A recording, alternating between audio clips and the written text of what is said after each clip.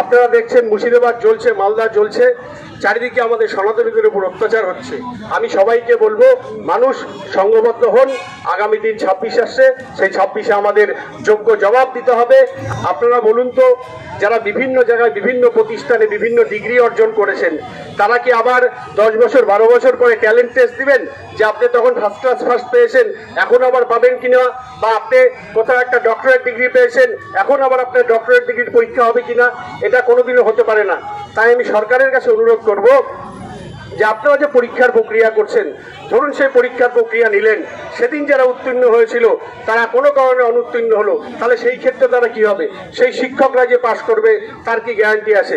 তাই আপনারা যোগ্য তালিকা প্রকাশ করে সরকারের উপর যে একটা অভিশাপ, সেই অভিশাপ মুক্ত আপনারা হন এবং যোগ্য শিক্ষকদের চাকরি ফিরিয়ে দিন, তাদের সম্মান ফিরিয়ে দিন। তারা অনেক কষ্ট করে নিজেদের যোগ্যতা দিয়ে সেই চাকরি পেয়েছে, তাদের যোগ্যতা কেড়ে নেওয়ার অধিকার আমাদেরও নেই, কোনো সরকারও নেই। একদিকে যেমন 26,000 চাকরি বাতিল হলো, আমার শুধু প্রশ্ন, 26,000 যে চাকরি বাতিল হলো, সেই চাকরিটা কিসের জন্য বাতিল হলো? আজকে যদি যোগ্য তালিকা সঠিকভাবে প্রকাশ করা যেত, তাহলে এত বড় পরিবারের প্রতি যে একটা অন্ধকার নেমে আসছে, যে কালো একটা মেঘ নেমে আসছে, সেটা আসতো না। আমি সরকারের কাছে অনুরোধ করব, আপনাদের কাছে সব তালিকা রয়েছে, আপনারা মহামান্য হাইকোর্ট এবং সুপ্রিম কোর্টে যোগ্য প্রার্থীদের তালিকা দিয়ে সেই পরিবারদের প্রতি যে একটা অন্ধকার একটা অভিশাপ নেমে এসছে, সেই অভিশাপ থেকে মুক্ত করুন এবং আপনারা সরকার হিসাবে সরকারের যে দায়, সেই দায় থেকে আপনারা মুক্তি পান।